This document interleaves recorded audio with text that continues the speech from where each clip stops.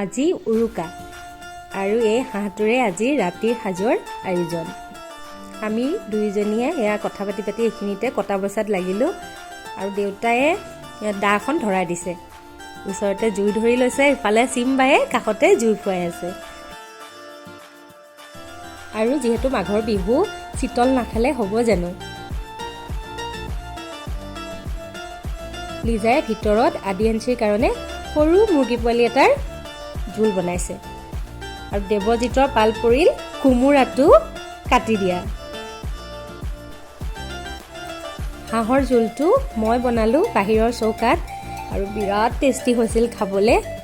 আৰু এয়া আমাৰ আজিৰ উৰুকাৰ ভাতৰ যোগাৰ হৈ গ'ল। বিৰাট টেষ্টিৰে গোটেই ঘৰখনৰ মানুহে একেলগে মিলি ধুনীয়াকৈ ভাত সাজ খালোঁ। ভিডিঅ'টো চাই যদি ভাল লাগিল লাইক কৰিব, কমেণ্ট কৰিব, নতুনকৈ কোনোবাই চাইছে যদি চেনেলটো ছাবস্ক্ৰাইব কৰিব।